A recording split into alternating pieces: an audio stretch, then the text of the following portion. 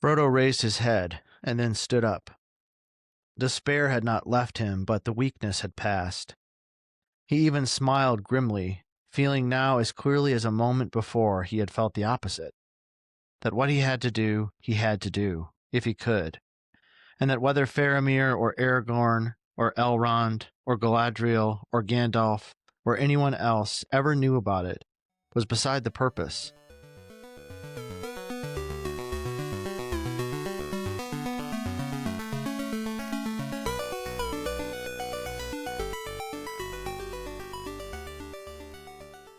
Welcome to the Wayward Wizards podcast. Today we are reading Book 4, Chapter 8, The Stairs of Cirith Ungol. That's Logan. I'm Zach. Hello. What do we think?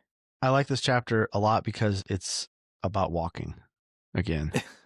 It's like climbing more, more than walking, I guess. That's What is climbing but walking upwards? Vertical walking. Yeah. Yeah, it's so consequential. Like there's some real action. Of course, like next chapter is one of the most terrifying chapters in the whole book. That's and so good. Tons of heart-pounding action next chapter. But yeah, things of consequence happen. We see the Witch King in all of his glory, leading an army out of this city of ghosts, you know. But there's also all this like meta narrative stuff on like the nature of stories. Yep. And like the importance of stories, and are we in a story right now? What people are going to tell the story of this thing that we're doing. Oh, and we're actually part of a story that has never really ended, like the story of Beren and Luthien and the Silmarils. And yeah, there's just lots to love in this chapter. Lots of not giving up. I know. It's so great. And the you know, I was looking over my underlining, there's like whole paragraphs that I just underline the entire thing. Oh, big time. You know that I think Tolkien's really in his bag when you're doing that. It's a very like soliloquy heavy chapter. I don't know. Frodo and Sam's love for each other and just their sort of, I mean, the whole, indomitable spirit thing they've got going on is so great. And I mean, their humility and their, I don't know. This is like what you sign up for when you start reading Lord of the Rings are these chapters like this one. Yeah. For sure. The next chapter is so different, but it really depends on this chapter to like set the resolve that they have for each other that allows them to get through like the really hard moments. And I don't know. I mean, it's just what a great book, dude. Like, I know you're gonna have to bleep that out, but it's so good, so good. The intimacy between Frodo and Sam, I feel like this is when it really ramps up, like the physical, spiritual, emotional intimacy that they have. You know, we've talked about this a bunch of times, but I think it's worth repeating that Sam is Frodo's employee. In a class system that, as Americans reading this, I think we kind of almost like forget that Sam is his servant, his like underling. And if you had like your gardener, if you were like the master, the gardener wouldn't be holding his hand or putting his arm over his shoulder and letting him sleep in his bosom. Yeah. Yeah, this is a type of intimacy that would be uncommon for this type of relationship. Did we ever talk about the bagman thing? I seem to remember having read about Tolkien in the war. Yeah. As an officer. Yeah. Right. Having kind of like a assistant. It's not a bagman, it's a batman. Sure. Yeah. That's or right. Batman probably would be how it would be pronounced. Uh-huh. If you want to read more about that, the book Tolkien's War by Garth is an incredible kind of accounting of that. But yeah, I mean, all these class things definitely come up. I mean, Tolkien, as we've mentioned before, was an orphan who was raised, in this very high class English, or I should say very class-based English school system. And he made it all the way up to Oxford, but he would have had classmates who had servants that lived on campus with them and like did all their laundry or whatever, you know. It's hard to imagine. Yeah. And so like he did not have that type of privilege. He had to pay his own way. But when he was an officer in World War I, he did have a Batman, and like I think, or Batman, however you pronounce it. And he said pretty explicitly in his letters that the character of Sam was inspired by the the way of speaking, the manner of behavior that he saw with these Batmen in the trenches in World War I, and or he would have called it the Great War. So yeah, I don't think that's a stretch. I think that's actually like a really intuitive read on your part. Yeah. So that piece, you know, Sam as an employee, as your gardener, but also somebody you grew up with, who lived like literally at the end of the block, right? Yeah, yeah. Or almost on your end of the bag. on your property, right? Yeah, the end of the bag. And somebody who, you know, you've like walked through hell with or whatever Yeah. at this point, right? Yeah. That there's a way in which the class, so like the edifice of the class structure, It kind of breaks down. but it's important that the edifice of the class structure be there so we can see it break down. Yeah. And it underlines their intimacy in a way that is really special, I think. Yeah. I'm not arguing for the like institution of like The class system. Yeah. of like a class system, but I think that in the way it works in this book and in literature, it really is. It just helps highlight the kind of special nature of their relationship, I guess. You know, and there's a soothing element to their physical intimacy, but there's also like an adoration that Sam has for Frodo. He has admired Frodo his entire life. Frodo is a special person, and he's kind of becoming like increasingly a martyr. I mean, and that's something that that specialness is something that Gandalf and Bilbo both identified too, right? So Absolutely. it makes sense. It makes sense that although Sam probably can't articulate it the same way that they would, that he would also have, you know, recognized that. Yeah, and he has that kind of like internal monologue a couple chapters ago where he's like, you know, of course Sam couldn't articulate these things, but at the end he just says, "I just love him." Yeah, right. But I'm reminded of in Rivendell when Frodo wakes up, Sam rushes in after kind of Gandalf kind of fills in the gaps of what's happened since he's been stabbed. Sam kind of rushes in and grabs Frodo's hand and like embraces his hand, like caresses his hand. It says that he blushes. Yeah, he's embarrassed by it. Yeah. And it's because he's kind of breaking a social rule by touching a superior, or like the gaffer would definitely call him his betters, you know? Yeah. But then like that kind of slowly starts to break down, you know? They're keeping watch over each other as they sleep. And we get these images of, or kind of these descriptions of Sam adoring the sleeping Frodo, like reflecting on how beautiful he is as he sleeps. You're describing his face and his hands. And now, like, as they're, you know, like about to enter into like hell on earth, they start to kind of physically hold each other's hands. And from here on out, there's lots of holding each other by the hand as they're kind of walking to their death. And then eventually Sam literally putting Frodo on his shoulders and carrying him bodily. Yeah.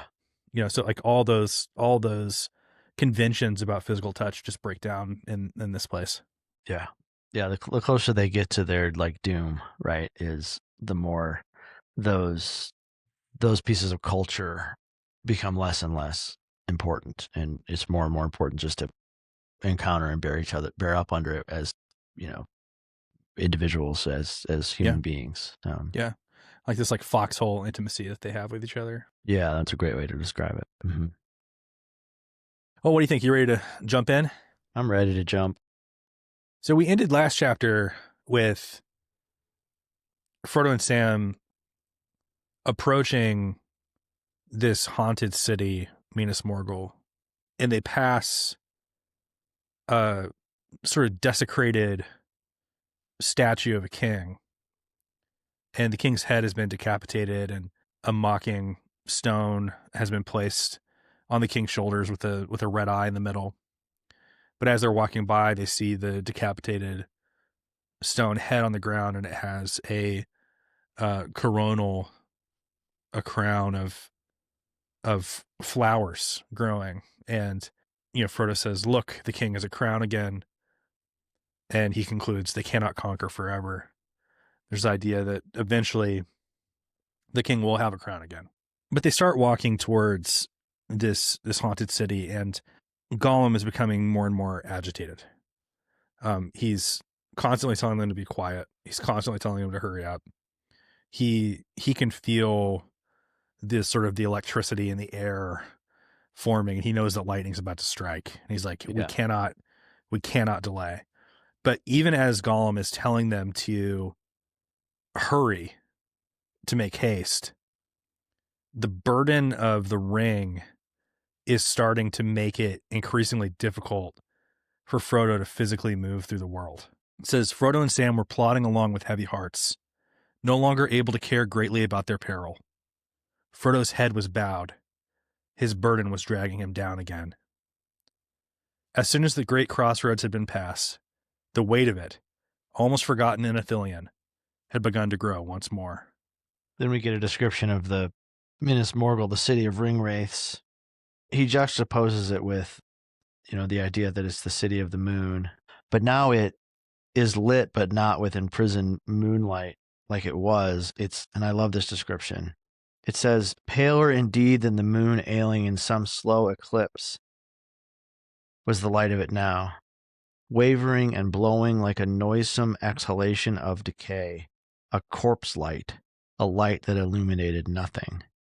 He refers to it as I'll have to note it when we get there. I think I underlined it. Once they're up a little bit and Frodo kind of looks back at the path they just came, he says that it glows like a worm. Like bioluminescent or something like that? Yeah. And so that's kind of what I'm imagining. And of course, this is so painted by the imagery of the movie. Yeah, that kind of like green, almost like a glow in the dark. Exactly. Something glow in the dark doesn't really cast light. Like you can't really see by something that's glow in the dark. No, like a glow worm or a lightning bug or something like that. It just has a light for itself. It doesn't have a light for anything else. I did want to. There's a weird detail here that I never noticed before. So it says that there's tons of like windows that look like black holes, or that look like eyes almost. Right. But then it says the topmost course of the tower revolved slowly. Yeah. What? What do you mean it revolves slowly? How? I was thinking like a spotlight or like a lighthouse. Does the stone rotate, or is it just a light? I guess you're saying you think it's more just like a light. That's what I imagined.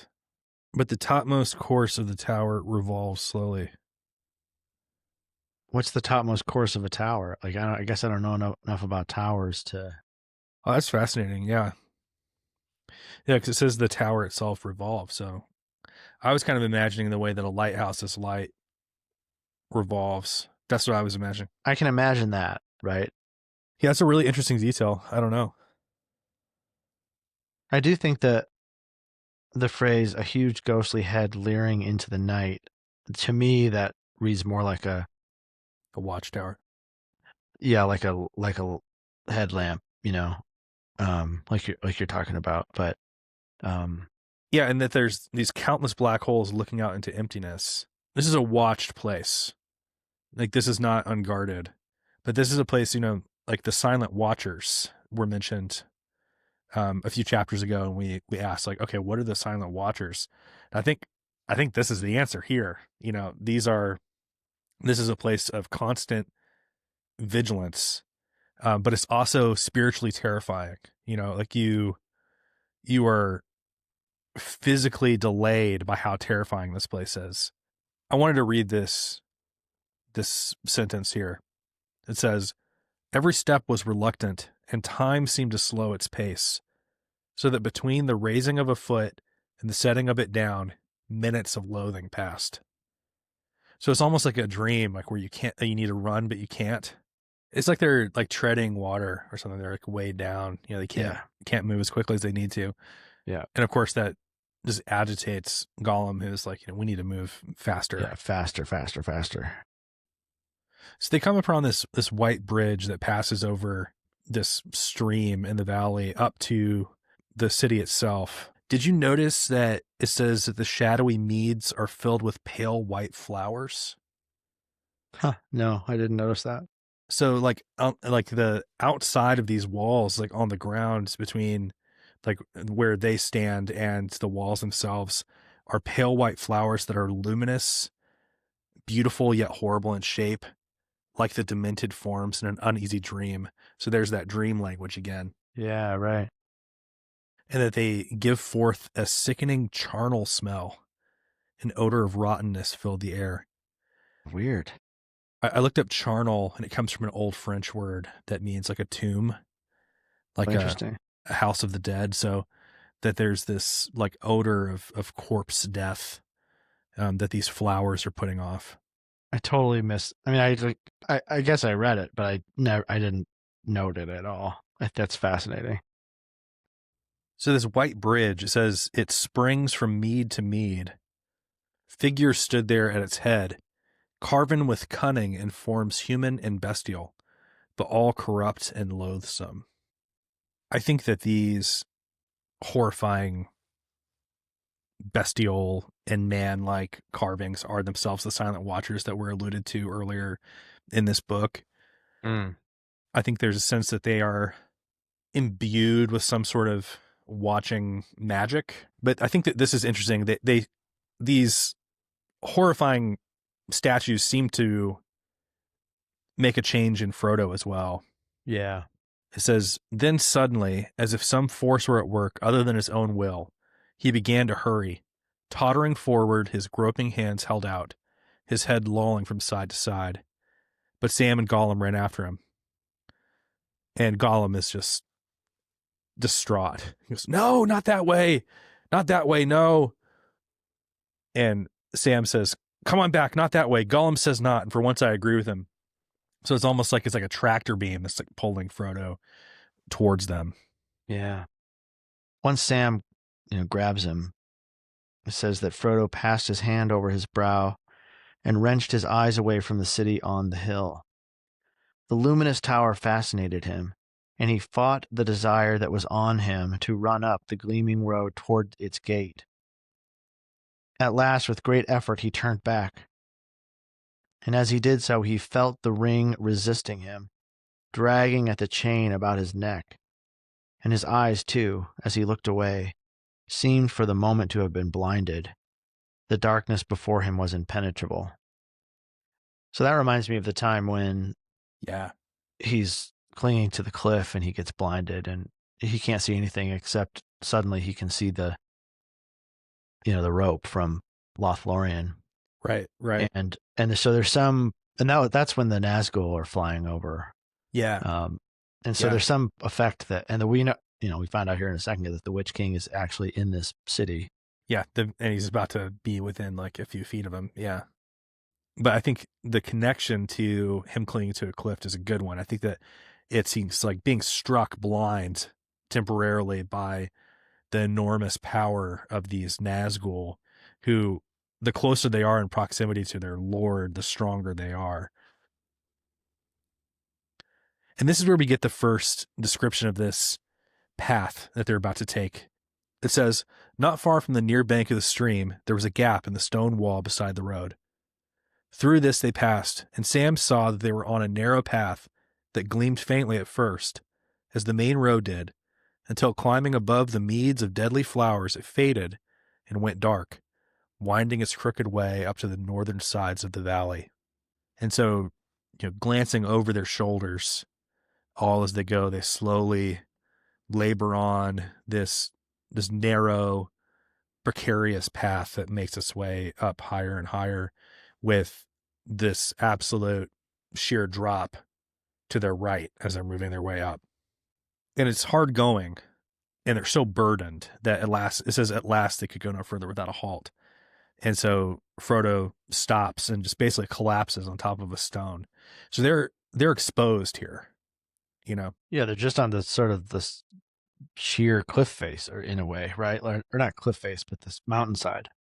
So like now you can imagine, you know, the open air is to their right. There's kind of like a sheer wall to their left, and this like thin path making its way up this cliff face. And so you can imagine as this army is about to come out, if they were to look up and right, they'd be right there. They're fully exposed. See 3 little guys up there. Yeah. Yeah.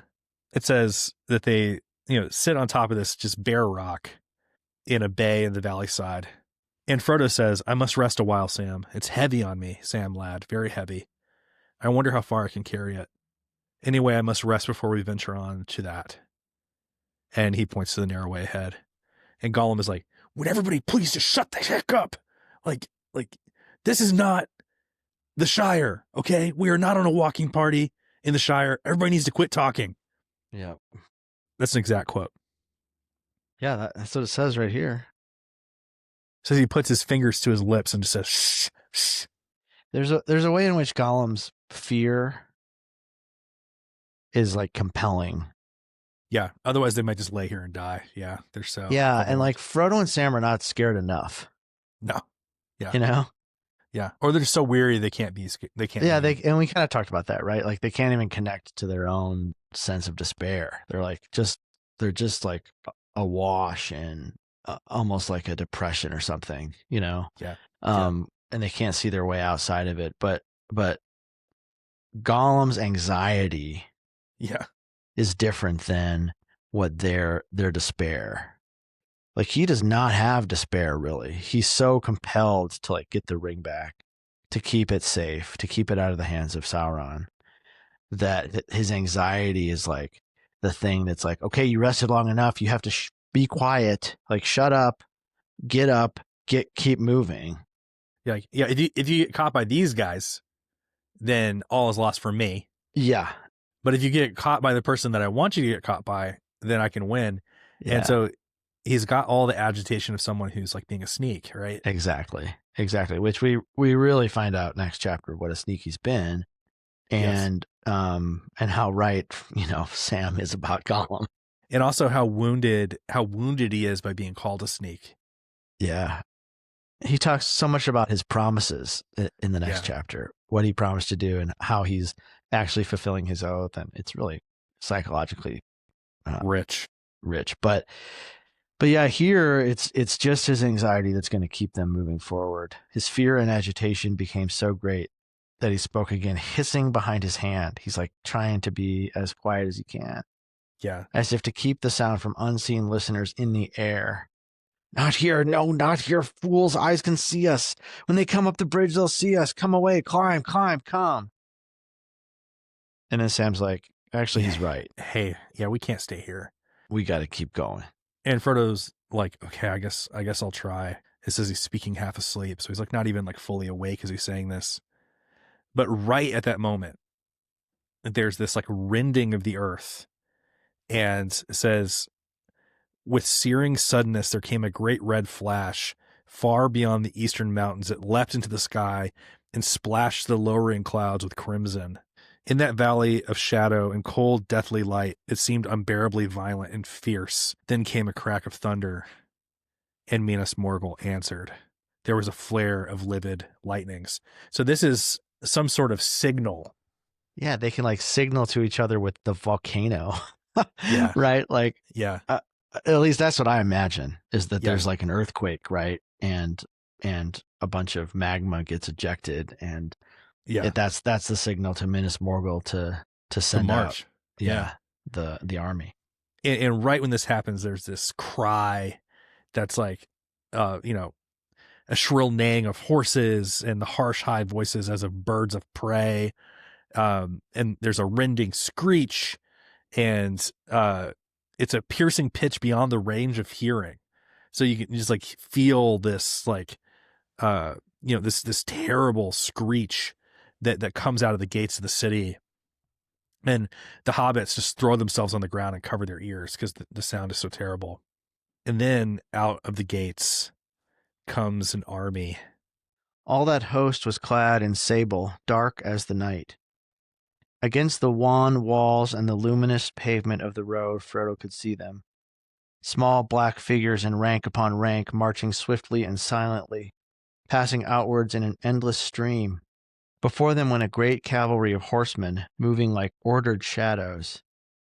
And at their head was one greater than all the rest, a rider, all black, save that on his hooded head he had a helm like a crown that flickered with a perilous light. Now he was drawing near the bridge below, and Frodo's staring eyes followed him, unable to wink or withdraw.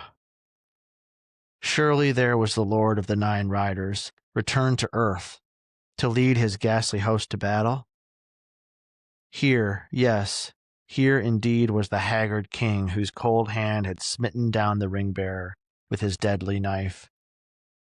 The old wound throbbed with pain, and a great chill spread toward Frodo's heart. Chilling. All the alliterations here are just so interesting. Let's see. Save that on his hooded head he had a helm like a crown that flickered with a perilous light. So that's 1, 2, 3, 4, 5, 6 H's in a row. That's cool. That's impressive. Yeah, it really is cool. It's just so menacing. The Lord of the Nine Riders returned to Earth to lead his ghastly host to battle. But basically, as soon as he reaches this bridge, the entrance of the bridge, the rider halts suddenly, and the narrator says, maybe it was the ring that called to the Wraith Lord, and for a moment he was troubled, sensing some other power within the valley. And as Frodo waits, unable to take his eyes from the ring wraith, he begins to feel the urge to put the ring on. But great as the pressure was, he felt no inclination now to yield to it. He knew that the ring would only betray him, and that he had not, even if he put it on, the power to face the Morgul King. Not yet. Not yet. That is an interesting sentence, isn't it? Fascinating. So we can kind of feel we can kind of see a peeking through of the psychology of Frodo here, that not yet holds a lot. Because you have to imagine in the back of his head, we never get a ring-induced monologue from Frodo. No. We never hear what the ring promises him. Right.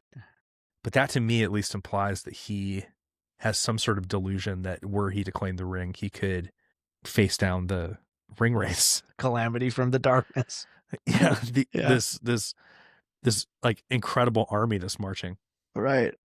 But this pull, this feeling that he has that he has to put the ring on, it becomes greater and greater. Like the pitch of it is rising in his own head. Yeah. The way Frodo, or the way Tolkien describes Frodo observing himself.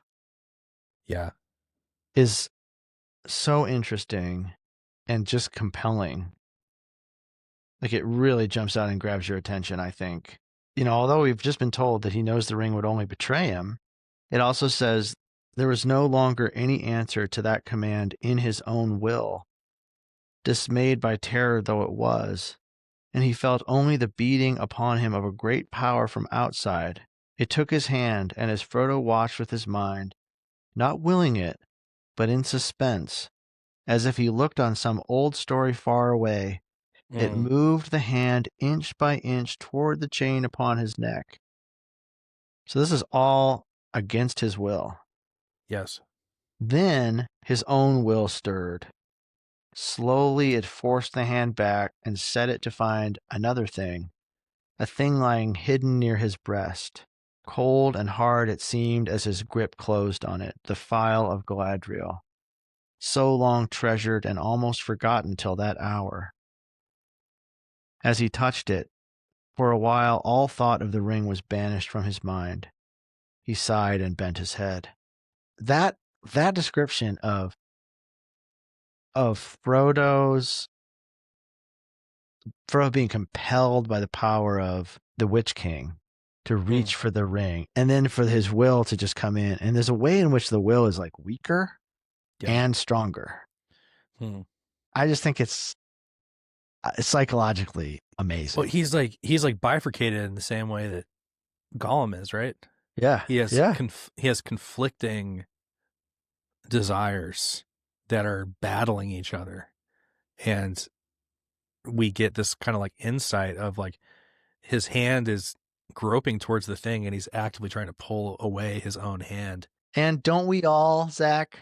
Don't we all? There's a tendency in all of us to have, we know what we want, and yet we do the things that we hate. Like that's part of human nature. It's just a fascinating. But I mean, but he reaches for help. Like he has been given this tool, and what does he use to fight the darkness? Light, celestial light, starlight, And captured in this file, right? And as he grabs this light, it says for a moment the thought of the ring was banished from his mind, and he sighs and bends his head down. And the moment that happens, the Wraith King, the Witch King of Angmar, turns and spurs his horse, and he rides across the bridge. And it says, maybe the elven hoods defied his unseen eyes, and the mind of his small enemy, being strengthened, had turned aside his thought. But he was in haste. Already the hour had struck, and at his great master's bidding, he must march with war into the west. It says that in this moment he thinks about Faramir. Yeah, he like says a little prayer to Faramir. Says, the storm has burst at last. This great array of spears and swords is going to Osgiliath. Will Faramir get across in time? He says, and other armies too will come. I am too late. All is lost. I tarried on the way. All is lost. Even if my errand is performed, no one will ever know. There will be no one I can tell. It will be in vain. And then, overcome with weakness, he begins to weep. So he has this sense now where he's just like, even without the ring, Sauron's forces are so powerful that they'll be able to defeat Gondor, and then Rohan, and then march to Rivendell, and then march right to the sea. Like nothing is going to stop them. He's like, he doesn't need the ring to do these things. It's like, even if I succeed, the world will still fall into Sauron's hands. And that's when he falls asleep. He swings back and forth between being fortified and feeling despair.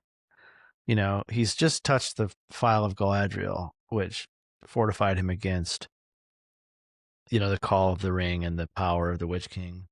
And then watches, rank upon rank of these soldiers crossing the bridge. And then falls into despair again. Falls into weeping. It's interesting that he sees himself sort of on stage. Yeah. No one will even know. Like, I'm not even on stage. Even if I succeed, like, this is inexorable.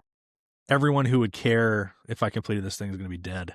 Yeah. And then he sort of falls out of the world, right? He falls asleep. Yeah. And he's given like an image of the Shire, right? Yeah. It's so interesting that he's kind of dreaming.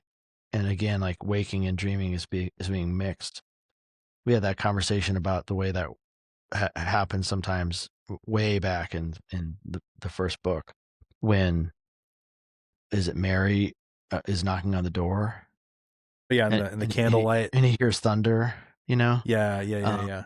And so that's happening here too a bit. But it's Sam, saying, "Wake up, Mr. Frodo, wake up." Yeah, it's like Sam is saying, "Wake up, Mr. Frodo, wake up." And it says like he wouldn't have been surprised if he added, "Your breakfast is ready." Right, exactly. And then again, Frodo swings back toward. We've talked about like how helpful a nap or a little sleeping on it can be, and I think we could also just say this is as simple as the fact that Frodo needed some rest. Yeah, but because he got some rest, although despair had not left him, his weakness had passed. So like, there's a way in which like just because you're in despair doesn't mean you give up. Yeah. Like your will still has some power, to keep you going. It seems like that the sapping of his energy came from the presence of this like evil Yeah, I think that's true. Yeah. of the Witch King of Angmar. And now that he's passed, he's still like dead tired, but he doesn't have that like spiritual burden anymore. And so he's Right. like able to get up and move. And it's just stated so simply and beautifully. What he had to do, he had to do. Yeah. Yeah. Yeah. Whether all these powerful people, Faramir, Aragorn, Elrond, Galadriel, Gandalf, or anyone else ever knew about it, Yeah. he's going to pick up his staff. He's going to take the file in his hand, his talismans, right? Yeah, that's right. And we talked about how the staffs are sort of blessed or something by some, Yeah. you know. Yeah. With words of returning. Is that what it was? And so he's got these talismans, and he's gonna take the next step that he has to take. These gifts from these like spiritually powerful people are sort of bolstering him to get up and move. Yeah. So Gollum had during this endeavor not decided to sit there exposed on the cliff. He had run off. So, Frodo and Sam, it seems like they were sort of hidden by the kind of magic cloaks. But Gollum has run off, and he comes back and he's pissed. He's like, foolish, silly. It's just about the worst thing that Gollum could say. Make haste. They mustn't think danger has passed. It hasn't. Make haste. And so he begins to pull them back along to this like kind of new stage of this stair. Yeah. Yet the descriptions of the stairs are so interesting. It's steep. It's almost as steep as a ladder. It's like they have to climb with both their hands and their feet. And it's perilous. Like every once in a while they'll step on a stair and it'll just crumble beneath their feet. Yeah, give way. Terrible. After they get through this, Gollum gives them like a little pat on the head and says, first stairs passed. Clever hobbits to climb so high. Very clever hobbits. Just a few more little steps and that's all. And then they get to a place where they can rest. So they rest, but Gollum doesn't let them rest for very long. He says, there's another stair still. Much longer stair. Rest when we get to the top of the next stair. And Sam is grumbling. He's like, longer? We're already pretty tired. And Gollum's like, longer, but it's not as difficult as the one that you just did. Hobbits have climbed the straight stair. Next comes the winding stair. It's funny that Sam even has it in him to complain. Yeah. Like, what is the use of complaining? Yeah. But there's something about complaining, I think, that helps us do hard things. Yeah. You sort of have to complain about it, Yeah. to like deal with it, to deal with it. You got a gripe. It says, the passage seemed to go on for miles, and always the chill air flowed over them, rising as they went on to a bitter wind. The mountains seemed to be trying with their deadly breath to daunt them, to turn them back from the secrets of the high places, or to blow them away into the darkness behind. This is just about my worst nightmare. Like being on like a windy, steep path. Brag. Yeah. This is terrifying. There's a way in which mountains in Tolkien are really not a place where human beings belong. They don't want to be climbed, And the mountains have a will, the mountains are like, you do not belong up here and I'm going to blow you off. Right. But they climb this way for hours. It says, how many hours had passed since they had entered the Morgul Vale? Neither Sam nor Frodo could any longer guess. The night seemed endless. So it's just trudging up the side of this darkness with the wind threatening to blow them off the side of it. Just terrible. Here's this line that I mentioned earlier. At one point, they get to a point where they can look back kind of over their shoulders and see the area that they've just come from. It says that Frodo glances down and sees below him as a vast, deep pit, the great ravine at the head of the Morgul Valley. Down in its depths glimmered like a glowworm thread the Wraith Road from the Dead City to the Nameless Pass. So that's that like the glowworm makes me think of what's the word that you used for animals that like glow in the dark? Bioluminescence. Bioluminescence, yeah. Yeah, definitely. That kind of green sheen. So finally they get to the point where they're able to take a rest. As they're resting, Frodo looks up and he sees the crown of the road that they're getting to. So he's able to see the kind of the apogee of this of this climb that they're taking.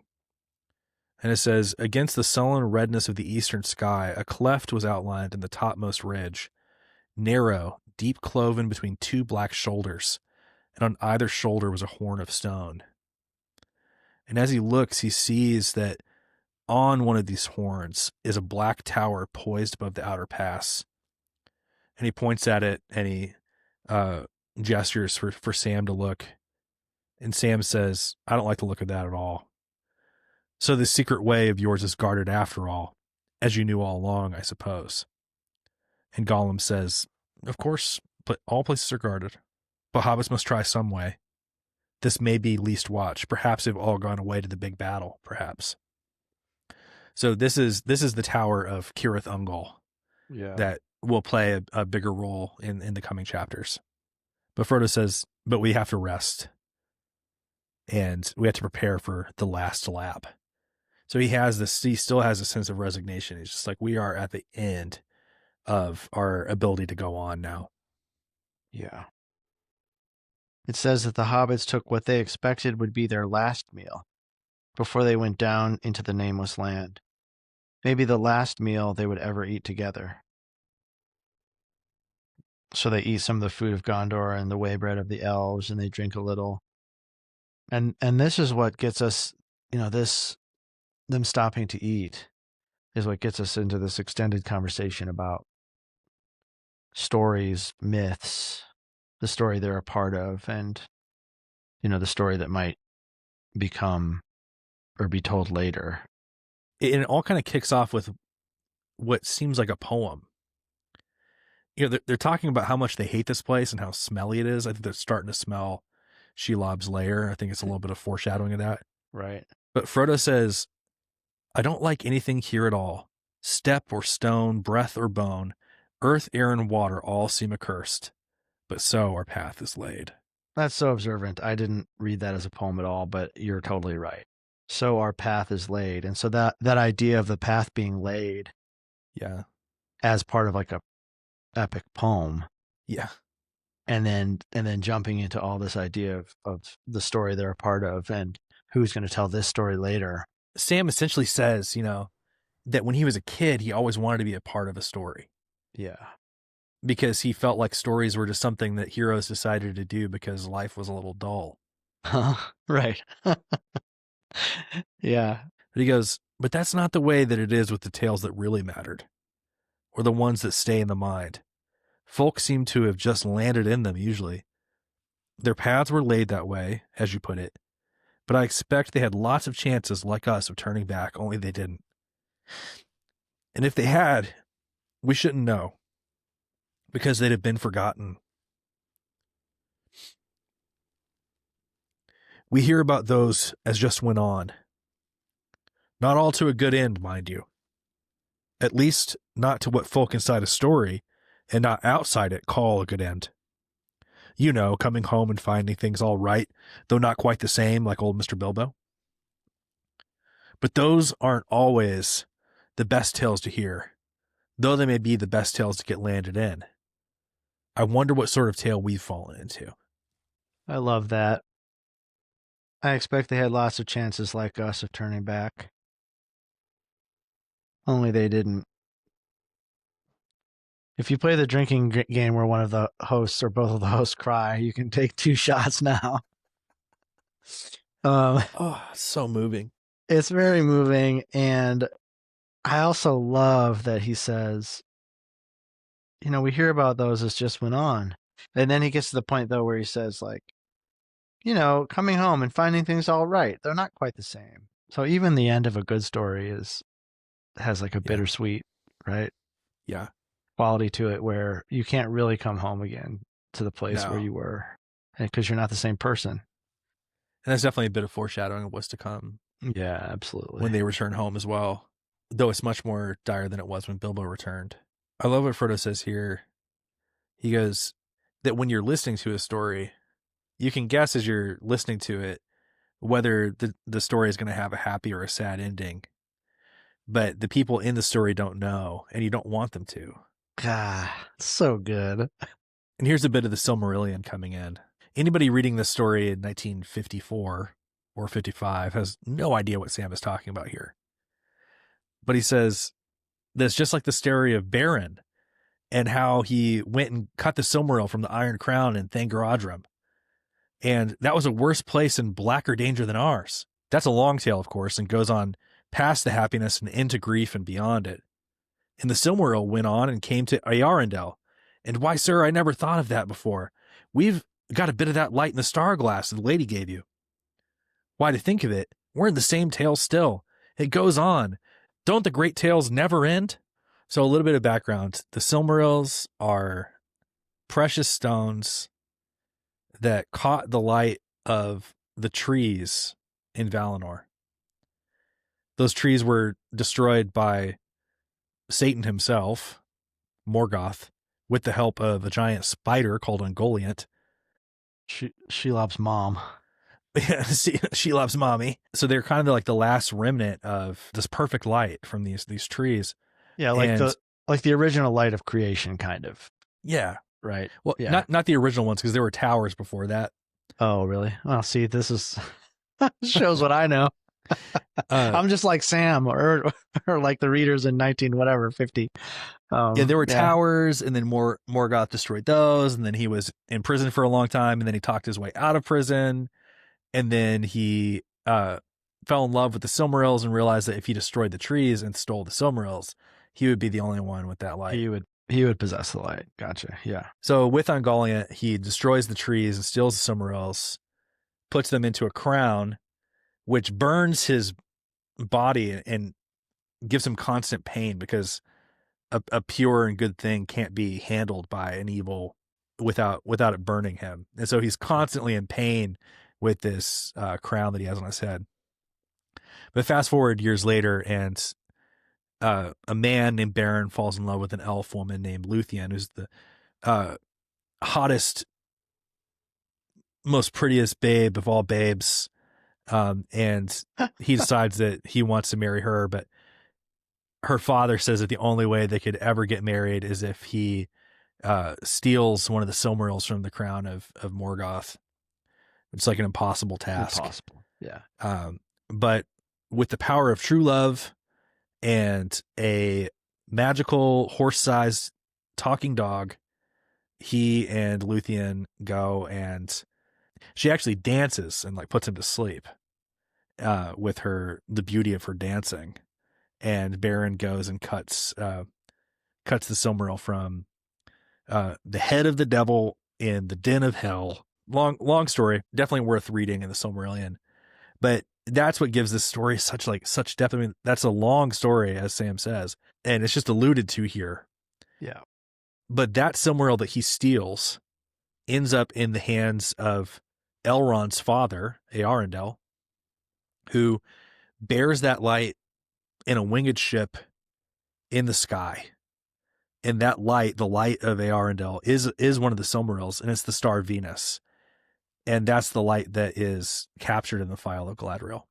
I love that Tolkien will use an analogy to something that no one has ever read.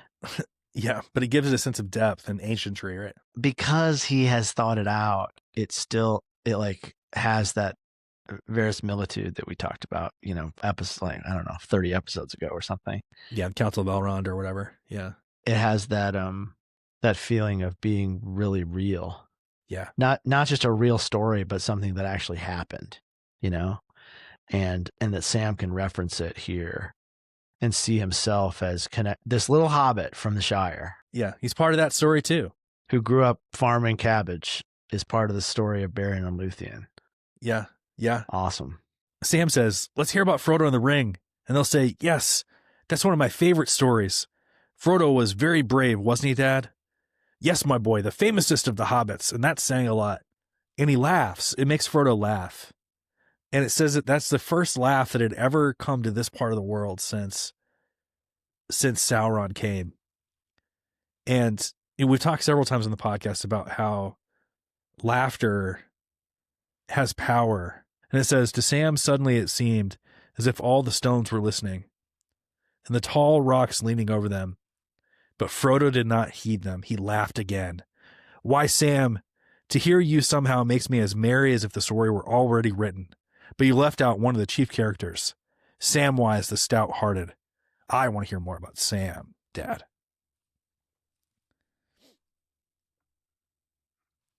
And Frodo wouldn't have gotten far without Sam, would he, Dad?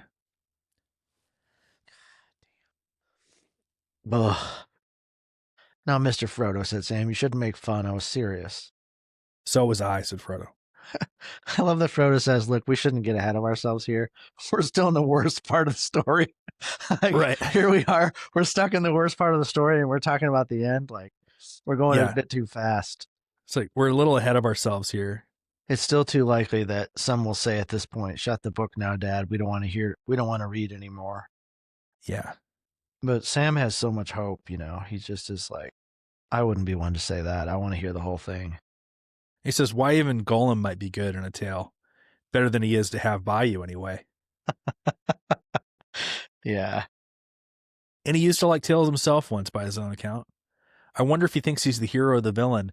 And so he cries out, hey, Gollum, would you like to be the hero? And he realizes that he's gone.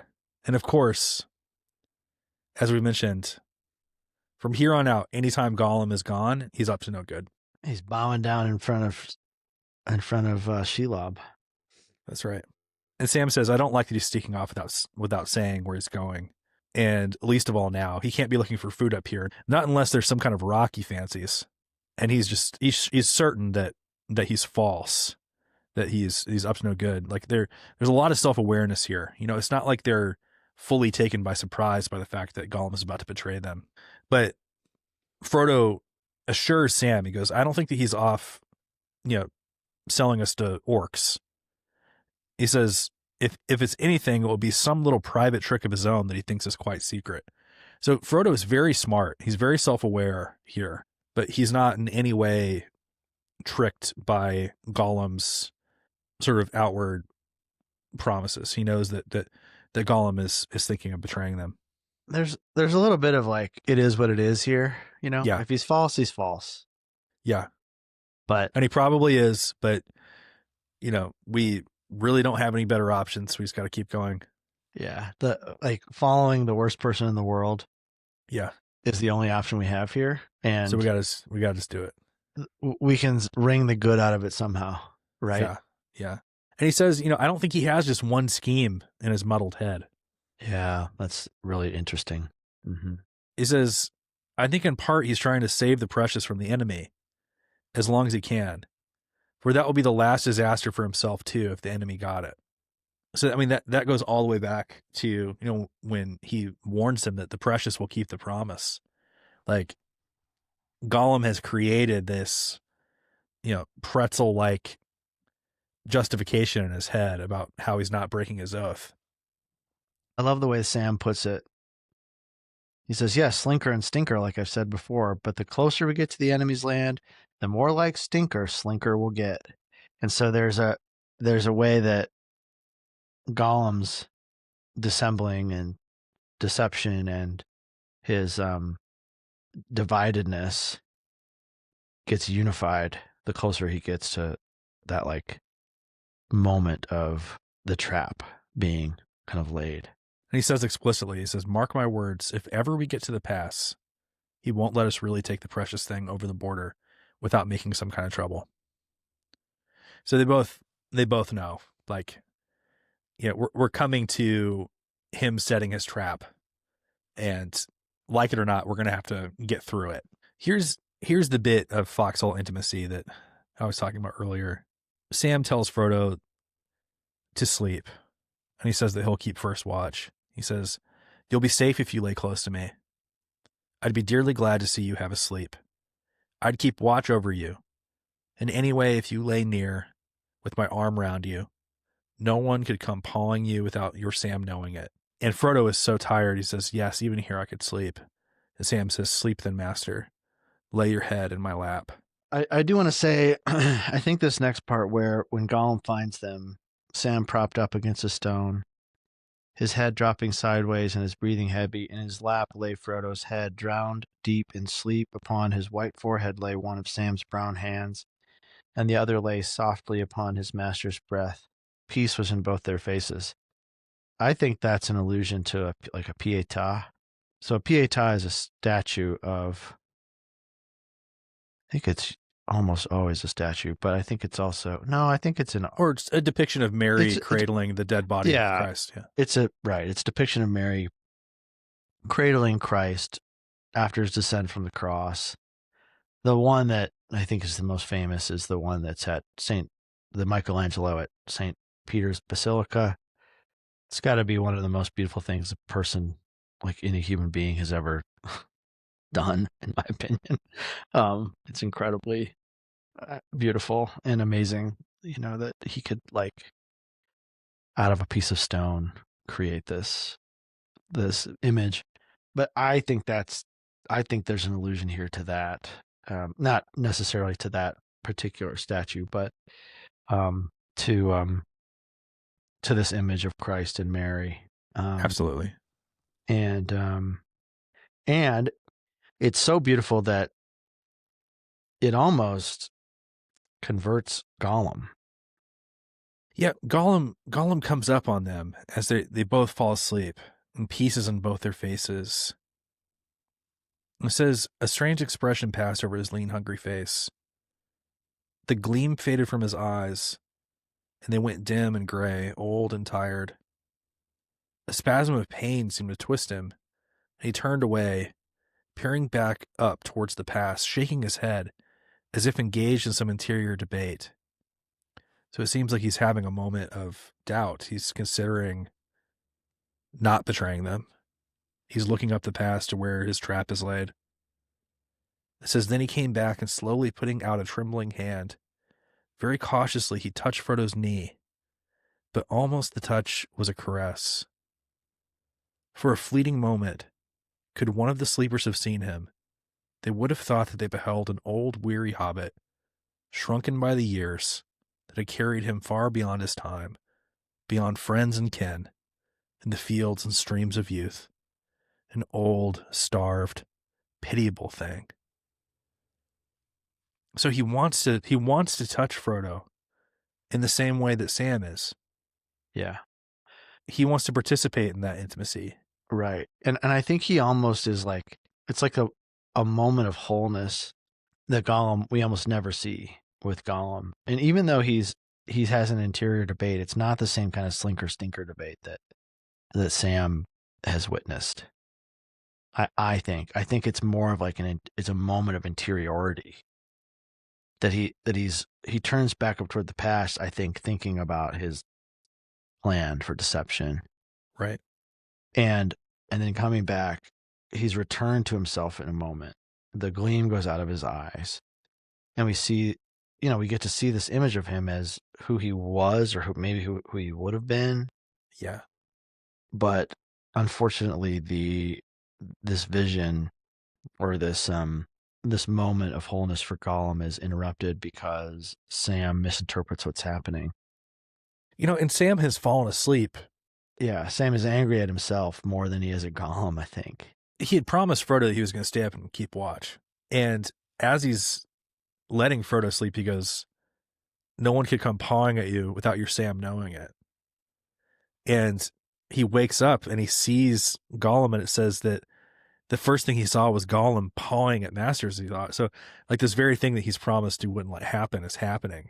Yeah. He misinterprets it, and he looks at it uncharitably. We can hardly blame Sam here. No, we can't blame Sam, but we also, this is the way that human beings hurt each other. Yeah, is by misunderstanding and misinterpretation and our own kind of self-recrimination ends up splashing all over the place on the people around us, right? Whether we love them or not. Yeah. And so Gollum, it's not like Gollum was gonna all of a sudden become one of the guys. No, that was never gonna happen. No, but there's it's just tragic, right? Sam's weakness is tragic. Gollum's entire situation is tragic. Yeah. And we've just heard that they're part of this story. They're in the darkest part of this story. But even in the darkest part of the story, there's like this glimmer of hope for Gollum that gets just dashed onto the rocks. Because Sam wakes up and he goes, what are you doing? What are you up to? And Gollum says, nothing, nice master. And he says it softly. So you can almost like read sincerity in that. He's like, I'm not doing anything. And maybe in his head he's thinking, actually, I've been sneaking, but in planning to lay this trap. But now I'm reconsidering. You can almost hear that internal thought going through his head. Oh, yeah. And then Sam says, what have you been up to? Sneaking off? Sneaking back, you old villain? That's exactly what he's been doing. He's been like letting Shelob know, hey, some fresh meat is coming. And it says, after that, the fleeting moment passed beyond all recall. And he hisses out, sneaking? Hobbits always polite. Oh yes, nice hobbits. Smeagol brings them up to secret ways that nobody else could find. Tired he is, thirsty he is. Yes, thirsty. And he guides them and he searches for paths. And they say, sneak, sneak. Very nice, friends. Oh yes, my precious. Very nice. So he's called out for doing exactly the thing that he was doing. Right. But it's also like Sam's judgment. Yes. That like returns him to that identity as a sneaker, It snaps him right back. He doesn't even, he just gets a moment to like experience some guilt, but he doesn't get to like repent, No. And Sam would never let him repent. And it's just, it's such a tragic moment for everyone involved. I made a note to come back to this quote here. He had all the injured air of a liar, suspected when for once he had told the truth or part of it. This is like the way Gollum is, He is a liar. He is a sneak. And when someone calls him a liar, calls him a sneak, he becomes infuriated because they're telling him the truth. Yeah. That he doesn't want to accept about himself. So he calls other people liars. He calls other people sneaks. And I want to like hold that word sneak in our mind for next week. Because when violence finally erupts between Sam and Gollum, this thing that's been brewing for days and days, what does Gollum call Sam as he's about to try and kill him? Calls him a sneak. Yeah, interesting. This word that Sam injures him with, sneak. Like Sam's lots of things. He's not a sneak. No, he isn't. So Gollum calls Sam the thing that he hates about himself. Yeah. Yep. That's just some real deft, like psychological understanding from Tolkien. Yeah. Sam feels remorseful for, the way that he has treated Gollum. He kind of like snaps out of it, and he admits, he's like, oh, the reason why I snapped at you is because I knew that I shouldn't be sleeping myself. Yeah. But he gently wakes up Frodo, and Frodo says, hello, Smeagol, found any food? Had any rest? And Smeagol says, no food, no rest, nothing for Smeagol. He's a snake. So there's that passive aggression coming out. Frodo says, don't take names to yourself, Smeagol. It's unwise whether they're true or false. So this is not, it's good advice from Master Frodo. Yeah, it's like, be kind with yourself. Don't take a name on yourself. It's one thing for someone else to call you a sneak and another for yourself to call you a sneak. That is something to learn. If the earlier you learn that in your life, the better off you're going to be. I think Smeagol's a little too far gone. I think so too. 500 years is too long, but anyone younger than 500 years listening, that's good advice from Mr. Frodo. Yeah, pay attention. But Smeagol says, Smeagol has to take what's given him. He was given that name by Master Samwise, the hobbit that knows so much. Oh, brutal. And Frodo chastises Sam. Well, he just looks at him. It's really funny. It's so much can happen right in that look. Yes, sir, he said, I did use that word. Waking up out of my sleep, sudden and all, and finding him at hand. I said I was sorry, but soon I shan't be. He's like, I apologized once, but don't make me grovel, you little turd. He really did apologize too. I think that's important. I think it was a sincere apology, but he's kind of written his death sentence with that accusation, even though it was a true accusation. Yeah. And Frodo here, he releases Gollum from his oath. He says, you've done what you promised and you're free to go back to food and rest, whatever you wish to go, except to the servants of the enemy. And one day I may reward you, I or those that remember me. So he says, like, hey, like, I consider your oath fulfilled. Like, if you want to go, we can take the last steps on our own. Whatever they may be. Like, we're probably going to die, but maybe even, those who remember me will repay you. And Gollum refuses it. And he says, no, you can't find the way yourself. So no, indeed. There's the tunnel coming. Smeagol must go on. No rest, no food. Not yet. And that's how the chapter ends. Gosh, I never noticed that before, that he releases him from his oath right there. Yeah. Great chapter. Maybe one of my favorites so far, but certainly next week's is going to be thrilling in a way that this one isn't. This one is much more exposition heavy, like kind of meta reflections on philosophy and like kind of a character study, if like right before the action really picks up. But yeah, we're coming to the end of this book. Well, thanks so much for listening to the Wayward Wizards radio program. Next week, we will be reading Book 4, Chapter 9, Shelob's Lair. If you want to help out the podcast, subscribe on Apple Podcasts, on Spotify. Leave us a review, and a 5-star rating and a blurb go a long way to helping people find the podcast. If you want to see what our faces look like, you can watch the podcast on YouTube. And if you want more information, you can go to waywardwizards.com or email us at info@waywardwizards.com. But until next week, you've been very clever hobbits to climb so high. Very clever hobbits. I'll see you next week. Bye.